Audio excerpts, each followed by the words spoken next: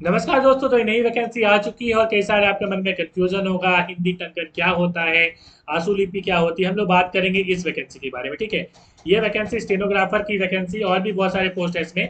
तो क्या क्या इसमें क्वालिफिकेशन है, क्या इसमें आपकी सिलेबस है, और मुझे आप इस नंबर पे व्हाट्सएप कर सकते हैं, मैसेज करिएगा। और चूंकि मैंने इसकी सिलेबस ऑलरेडी कंप्लीट ऑलमोस्ट करा दी है, तो आप मुझसे जुड़ सकते हैं, ठीक है, और नोट्स प्राप्त कर सकते हैं। देखिए यहाँ पे टेस्ट सीरीज में मैंने ऑलरेडी निकाल चुका है, ठीक है, तो टेस्ट सीरीज भी आप ज्वाइन कर सकते हैं। चलिए, यहाँ पे हम लोग बात करें तो ये वैकेंसी क्या है। तो वैकेंसी आपने देख लिया। देखिए, होता यह है कि जैसे अलग अलग विभागों में हम लोग यदि सचिवालय की बात करें, तो टाइप राइटर वगैरह होता है, टाइपिंग करने का काम वो लोग करते हैं, ठीक है। आपने देखा होगा आजकल तो कंप्यूटर वगैरह में टाइपिंग होने लगा है, तो आपने टाइपिंग मशीन वगैरह भी देखी हो, तो टाइपिंग करने का जो काम है वो ये करेंगे, ठीक है। तो इसमें अलग अलग तरह से टाइपिंग होती है। स्टेनोग्राफी अलग ही चीज होती है, क्या होती है मैं बताऊंगा। यहाँ पे परीक्षा शुल्क की बात करें तो 100 रुपया जो है वो जनरल के लिए, SC ST के लिए 50 रुपया। अब आगे हम लोग बात करें तो क्या क्या चीजें हैं यहाँ देख लीजिए। अब यहाँ पे दो वैकेंसी है इसमें, एक तो बैकलॉग है और एक रेगुलर है। बैकलॉग का मतलब है पुरानी वैकेंसी, मतलब पुरानी जो भी सीट थी उसको नई वैकेंसी में इंक्लूड कर लिया गया है, ठीक है। मान लीजिए पहले पुराना पोस्ट 10 है और अभी जो है 20 है, तो 20 + 10 30 कर लिया गया, बस इतना समझिए। और यहाँ पे जब आप फॉर्म भरेंगे तो इसमें दोनों के लिए आपको एक ही फॉर्म भरना है, ऐसा नहीं कि अलग अलग फॉर्म भरना, आपको एक ही फॉर्म भरना है। तो जब आप फॉर्म भरेंगे तो आपके लिए कोई टेंशन वाला बात नहीं होगा, और दोनों के लिए एक ही आपको फी देना है, ठीक है। आगे हम लोग बात करें तो ये देखिए पोस्ट आप देख पा रहे हैं, निम्न वर्गीय लिपिक, कार्यालय सहायक, ठीक है, सलेखापाल, लेखा लिपिक, ठीक है, इस तरह से लिपिक जो है, ठीक है। उसके बाद हम लोग बात करें तो ये निम्न वर्गीय लिपिक, तो इस तरह से अलग अलग पोस्ट है। देखिए स्टेनोग्राफर जिसकी हमने चर्चा की, ठीक है, नगर विकास एवं आवास विभाग, तो इस तरह से अलग अलग आप यहाँ पे देख पा रहे हैं। यहाँ पे आप ये देख पा रहे हैं, ये देखिए, इसकी मैं एक PDF दे दूंगा, जो जो इंपॉर्टेंट चीज है आपको समझनी है उसको मैं समझाता हूँ, ठीक है। ये तो आप देख लीजिएगा कि क्या क्या इसमें टोटल वैकेंसी है, ठीक है। इंपॉर्टेंट ये है कि आपको जो कंफ्यूजन है वो दूर हो जाना चाहिए, ठीक है। ये आप देख पा रहे हैं, ठीक है, कितना कितना वैकेंसी है। अब यहाँ पे परीक्षा जो है आप जब देंगे, अब जब फॉर्म भरेंगे ना, तो फॉर्म की जो लास्ट डेट होती है उस दिन, मान लीजिए एग्जाम्पल के तौर पर यदि 10 जून जो है लास्ट डेट फॉर्म है, मान लीजिए, तो 10 जून तक जो है आपकी इंटरमीडिएट जो है वो कंप्लीट हो जानी चाहिए, रिजल्ट आ जाना चाहिए, ठीक है। ये नियम कहता है, ठीक है, तो ये टेंशन मत लीजिए। तो इंटर स्तरीय परीक्षा है, कम से कम आपकी क्वालिफिकेशन इंटर है, ज्यादा है तो कोई दिक्कत नहीं है, आप फॉर्म भर सकते हैं, ठीक है। अब ये स्टेनोग्राफर आप देख पा रहे हैं, इसकी पे लेवल बहुत शानदार है, पे लेवल 4 है, तो अच्छी खासी जो है इसकी आपकी यहाँ पे मतलब कि सैलरी वगैरह मिलेगी। अब यहाँ पे देखिए कौशल परीक्षण लिखा हुआ है, स्किल टेस्ट कहते हैं। स्किल मतलब आप में कुछ स्किल है कि नहीं है। क्या चीज का स्किल भाई, तो आपको टाइपिंग करना, तो आपको टाइपिंग करने का काम दिया जाएगा, तो क्या टाइप करना आता है आपको, तो वही यहाँ पे जो है आपका टेस्ट होगा। तो एक आंसू लिपिक होता है और एक होता है हिंदी तक, दोनों अलग अलग चीजें। क्या चीजें मैं आगे दिखा दूंगा क्योंकि सिलेबस आगे पूरा उसका लिखा गया है, ठीक है। तो यहाँ पे मैं थोड़ा सा बता देता हूँ। आशुलिपिक परीक्षा में इसी वीडियो में पूरा क्लियर कर दूंगा। आशुलिपिक परीक्षा में सफल होने के लिए अभ्यर्थियों को हिंदी टंकन में, मतलब हिंदी टाइपिंग में आपको 30 वर्ड पर मिनट आना चाहिए, और हिंदी आंसू लेखन में 80 वर्ड आपका प्रति मिनट आना चाहिए, ठीक है। उसके बाद अनुसूचित जाति जनजाति के अभ्यर्थियों को हिंदी एवं आंसू लेखन में 80 वर्ड पर मिनट तथा हिंदी टाइपिंग में 25 वर्ड प्रति मिनट जो है वो होना चाहिए। तो ये साफ लिखा गया, ठीक है। तो यहाँ पे आगे हम लोग बात करें तो क्या क्या और दिया गया है, देखिए ये आप देख पा रहे हैं। तो यहाँ पे एक से लेकर आप देख पा रहे हैं, 1 से लेकर 10 तक, ठीक है, पूरा ये आप देख पा रहे हैं 1 से लेकर 10 तक, स्टेनोग्राफर का छोड़ के अभी, ठीक है। तो यहाँ पे 1 से लेकर 10 तक यहाँ पे साफ लिखा गया है, 1 से लेकर 10 तक, ठीक है, ये आप पोस्ट देख लिया आपने। अब यहाँ क्या लिखा गया देखिए, किसी मान्यता प्राप्त विश्वविद्यालय से जो है, सॉरी महाविद्यालय मतलब कॉलेज से आपकी इंटरमीडिएट होनी चाहिए, 10+2 होनी चाहिए, ठीक है। उसके बाद हिंदी में 25 वर्ड, ये आप साफ देख लीजिए, हिंदी में 25 वर्ड पर मिनट की गति से 250 वर्ड शब्दों को 10 मिनट में आपको टाइपिंग करना है। मतलब 1 मिनट में 25 वर्ड, तो 25 1 मिनट में 25 वर्ड, तो 10 मिनट में कितना होगा, 25 × 10 250 मिनट, 250 वर्ड ही होगा ना। तो 250 वर्ड आपको 10 मिनट में लिखना है, और 250 में आपको 2% जो है वो क्या करना है, मतलब 2% से ज्यादा एरर नहीं होना चाहिए। मतलब 250 का 2% निकाल लीजिए आप, तो आपका निकल जाएगा 25 × 50, मतलब क्या हो जाएगा, 25 × 50 का मतलब 5 वर्ड आपका से ज्यादा जो है मिस्टेक नहीं होना चाहिए। तो इन चीजों को थोड़ा सा ध्यान रखिएगा, ठीक है। तो काफी इंपॉर्टेंट चीज है ये। आगे हम लोग बात करें तो बिल्कुल मिस्टेक करिएगा तो मतलब चटा जाइएगा बिल्कुल। न्यूनतम शैक्षणिक योग्यता क्या है आपकी, तो न्यूनतम शैक्षणिक योग्यता जो अभ्यर्थियों में उपरोक्त पद के विरुद्ध, तो मैंने बता ही दिया, ठीक है, ये सारी चीजें मैंने बता दी। चलिए आगे हम लोग बात करें तो और भी क्या क्या चीजें हैं मैं दिखा देता हूँ थोड़ा सा। चलिए ये तो ओलंपिक वाला बात है, ठीक है। यहाँ पे जो है एज जो है वो 1 अगस्त 2021 होना चाहिए, ठीक है। एक से लेकर कितना तक, 4 वाला पोस्ट तक, 1 से लेकर 4 फिर देख लीजिए, 1 से लेकर 4 तक जो पोस्ट है वो 1 अगस्त 2021 आपका न्यूनतम और मैक्सिमम आयु की गणना की जाएगी। मतलब इस डेट को कट ऑफ डेट माना जाएगा। मान लीजिए आपका अभी कितना आयु है, तो 1 अगस्त अभी नहीं देखा जाएगा, 1 अगस्त 2021 को कितना आयु था वो देखा जाएगा, 1 अगस्त 2021 को। समझ गए बात। मगर यहाँ पे 5 से लेकर 10 तक जो है वो 1 अगस्त 2022 दिया गया कट ऑफ। समझ गए बात। चलिए उसके बाद हम लोग बात करें तो न्यूनतम आयु सीमा जो है वो 18 वर्ष है, और मैक्सिमम जो है वो जनरल के लिए 35 है, ओबीसी के लिए 37 है, और महिला के लिए हम लोग बात करें 38 वर्ष है। और महिला में यदि रिजर्वेशन वाले भी हो, मतलब बीसी भी हो, ओबीसी हो या यूआर हो, दोनों के लिए 38 वर्ष। मगर यदि एक महिला है और पुरुष भी है, ठीक है, कुछ भी हो, तो अनुसूचित जाति जनजाति के लिए पुरुष महिला दोनों के लिए 40 वर्ष होगा, ठीक है। उसके बाद यहाँ पे छूट भी दिया जाएगा, 10 वर्ष को जो निःशक्त होंगे, और यहाँ पे अलग अलग छूटें यहाँ पे दी गई हैं, आप देख लीजिए। भूतपूर्व सैनिक को 5 वर्ष की छूट दी जाएगी। अब देखिए आगे हम लोग बात करें तो क्या क्या चीजें और इम्पोर्टेंट है यहाँ पे मैं दिखा देना चाहूंगा, ठीक है। पात्रता तो वो 10+2 मैंने बता ही दिया, ठीक है। तो आगे और क्या चीजें हैं देख लीजिए। आरक्षण का बात यहाँ पे की जा रही है, आरक्षण को जाति प्रमाण पत्र, ये इंपॉर्टेंट है। तो जाति प्रमाण पत्र अनुमंडल से यदि बना हुआ है तो कभी कभी बना हुआ है, कोई दिक्कत नहीं है। मगर यदि आपने ब्लॉक से बनवाया तो 25 फरवरी 2019 के बाद का बनना चाहिए, ठीक है। कम से कम 25 फरवरी 2019 या उसके बाद, या इस डेट में बना है या उसके बाद बना हो, तो आप इसको अप्लाई कर सकते हैं, ठीक है। यदि नहीं है तो बनवा लीजिएगा। उसके बाद हम लोग बात करें तो झारखंड राज्य के अत्यंत पिछड़ा वर्ग, ठीक है, मतलब अत्यंत पिछड़ा वर्ग अनुसूची 1 और अनुसूची 2, ठीक है। तो ओबीसी की हम लोग बात करें तो 29 अगस्त 2012 को या इसके पश्चात उपायुक्त अथवा अनुमंडल स्तर के अधिकारी से गैर क्रीमी जाति प्रमाण पत्र जो है आधारित है। किंतु जाति प्रमाण की वैधता समाप्त होने की स्थिति में संबंधित अभ्यर्थियों का कार्मिक एवं सुधार राजस्व विभाग के अधीन 15 में क्रीमी लेयर स्व घोषणा पत्र जो है वो अनिवार्य होगा। मतलब यदि आपका एक्सपायर कर गया है तो आपको एक एफिडेविट जो है वो करना पड़ेगा, मतलब स्व घोषणा पत्र आपको खुद का वो देना पड़ेगा, ठीक है। तो वो यहाँ पे लिखा गया, अथवा लिखा गया यदि आपका अंचलाधिकारी का बना हुआ है, उस कंडीशन में क्या होगा, तो 25 फरवरी 2019 या उसके बाद का होना चाहिए। समझ गए बात। अनुमंडल से यदि बना हुआ है तो ही आप जो है अपना स्व घोषणा पत्र दे सकते हैं, कि पुराना बना हुआ है एक्सपायर कर गया, ठीक है, तो आप दे सकते हैं, मतलब सेल्फ अटेस्टेड करके। समझ गए बात।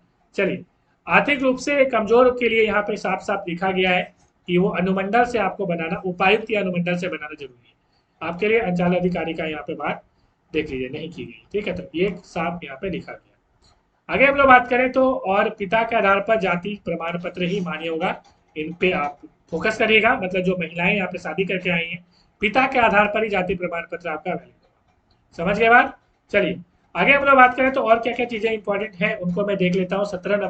17 पेज में जब जाएंगे तो यहाँ पे आपको स्क्रीन के ऊपर साफ साफ दिखेगा इंपॉर्टेंट चीज, ठीक है। तो यहाँ पे संशोधन की बात की, 17 नंबर पे आते हैं। 17 नंबर चलिए यहाँ पे प्रक्रिया दिया गया 20/5/2022 से स्टार्ट होगा और 19 जून तक जो है ये फॉर्म भरा जाएगा। ये आप समझ गए। परीक्षा की भुगतान की तिथि यहाँ पर देख पा रहे हैं। चलिए ये सब तो फालतू वाली बात है, ये सब आपने देख लिया होगा। चलिए उसके बाद हम लोग बात करें तो क्या इंपॉर्टेंट परीक्षा का स्वरूप की हम लोग बात करें तो OMR सीट पे होगा ये एग्जाम, ठीक है। और परीक्षा की हम लोग स्वरूप की बात करें तो सिर्फ एक ही एग्जाम होगा, ठीक है, मेंस एग्जाम होगा। हाँ उसके बाद कुछ कुछ पोस्ट में स्किल टेस्ट होगा, जैसे स्टेनोग्राफर में स्किल टेस्ट होगा, ठीक है। तो परीक्षा का स्वरूप क्या है, सबके लिए स्किल टेस्ट नहीं होगा। परीक्षा का प्रारूप जो है एक चरण में परीक्षा होगी और सभी प्रश्न जो है वो MCQ टाइप का होगा और नेगेटिव मार्किंग होगा। एक आप यदि सही मारेंगे तो 3 होगा और यदि एक गलत करते हैं तो आपके 1 अंक काट दिए जाएंगे, ठीक है। तो 1/3 आपका यहाँ पे क्या है, नेगेटिव मार्किंग। मुख्य परीक्षा की हम लोग बात करें तो यहाँ पे मुख्य परीक्षा के लिए 3 पत्र होंगे। ये परीक्षा 3 पालियों में ली जाएगी। प्रत्येक पत्र के लिए परीक्षा की अवधि 2 घंटा की होगी, ठीक है। उसके बाद हम लोग बात करें तो पत्र संख्या 1 में क्या देखिए, हिंदी और इंग्लिश है। कई लोग सवाल पूछते हैं सर हिंदी इंग्लिश में क्या अलग अलग पास करना होगा, नहीं, हिंदी और इंग्लिश में मिला के पास करना है। मतलब कि 60 और 60 है ना, तो दोनों को मिला के 30% लाना है। मतलब 60 और 60 120 का 30% कर दीजिए, 12 36 हो जाएगा, ठीक है। तो इतना आपको लाना पड़ेगा ठीक है। तो साथ साथ 120 का 36 नंबर आपको कम से कम लाना है, और इसका मार्क्स ऐड नहीं होगा, मतलब इसमें ज़्यादा मेहनत मत लगाइए।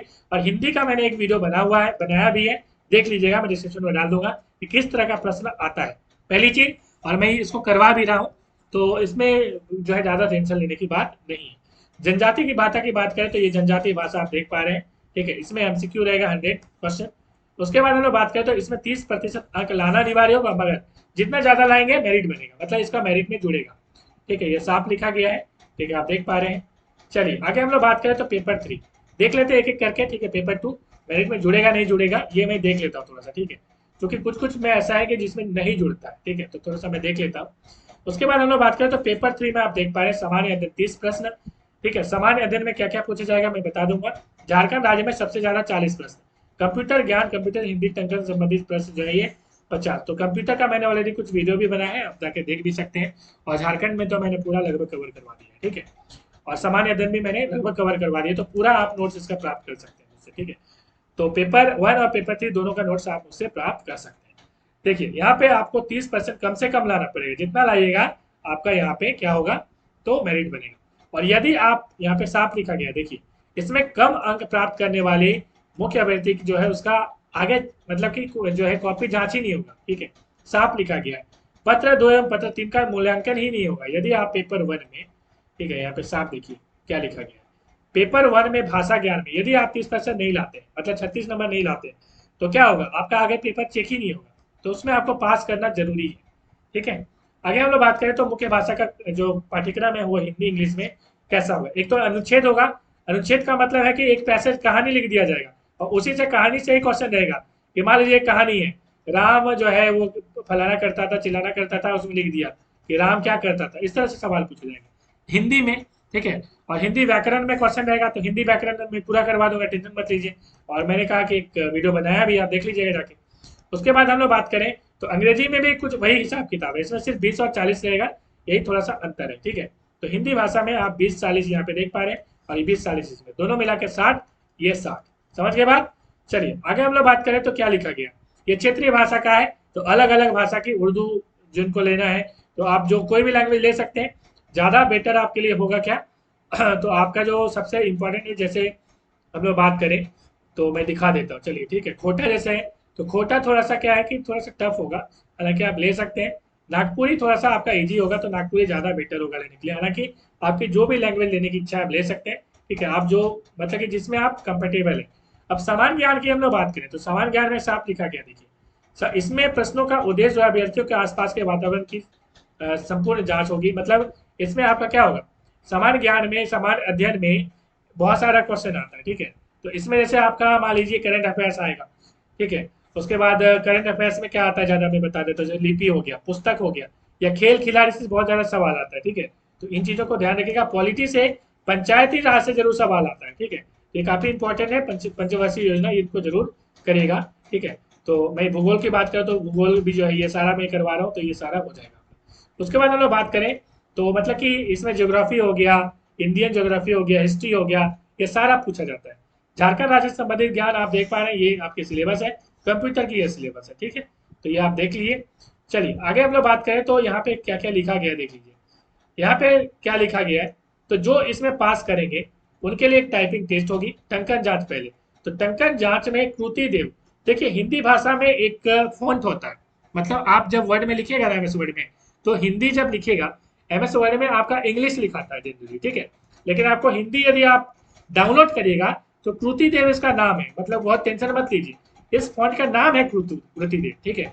तो कृति देव फॉन्ट है जो हिंदी भाषा का एक फॉन्ट है, ठीक है, ये काफी इंपॉर्टेंट है, कृति देव 10। तो आप यदि एमएस वर्ड वगैरह है तो उसमें जाके आप डाउनलोड भी कर सकते हैं। तो 25 वर्ड आपका आना चाहिए, मतलब टाइपिंग जो है टंकन जहाँ मतलब टाइपिंग, आपको 25 वर्ड जो है आना चाहिए। मैंने ये तो बता ही दिया कि 10 मिनट में 25 गुना 10 मतलब 250 वर्ड, और 2% से ज्यादा आपका गलत नहीं होना चाहिए। आगे हम लोग बात करें तो आंसू लेखन क्या होता है।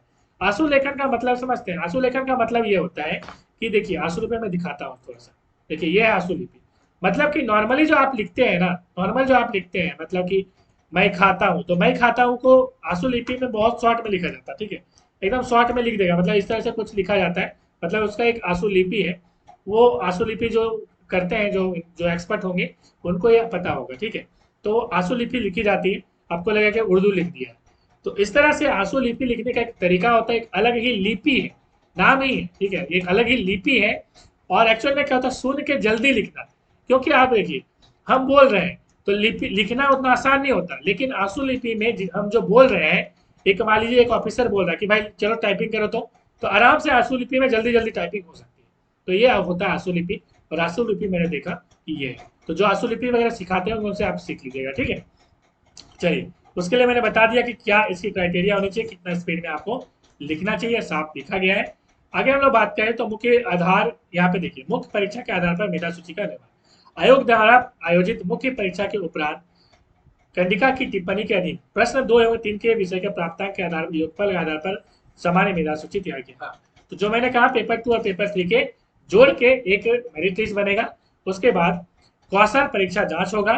कौशल परीक्षा में सफल अभ्यर्थियों का मेधा सह विकल्प के आधार पर कोटिवार रिक्त पदों की अनुसार अभ्यर्थियों का चयन किया जाएगा, ठीक है। तो कौशल जांच परीक्षा में सफल अभ्यर्थियों की मेधा सह मेरिट कम ऑप्शन दिया जाएगा, ठीक है। तो इस तरह से यहाँ पे ऑप्शन देके कि किसमें कौन सा पोस्ट लेना है, तो इस तरह से आपको पूरा यहाँ पे हो जाएगा, ठीक है। तो ये आप इंपॉर्टेंट समझ गए बात, और मिलेंगे नेक्स्ट वीडियो में। Thanks for watching.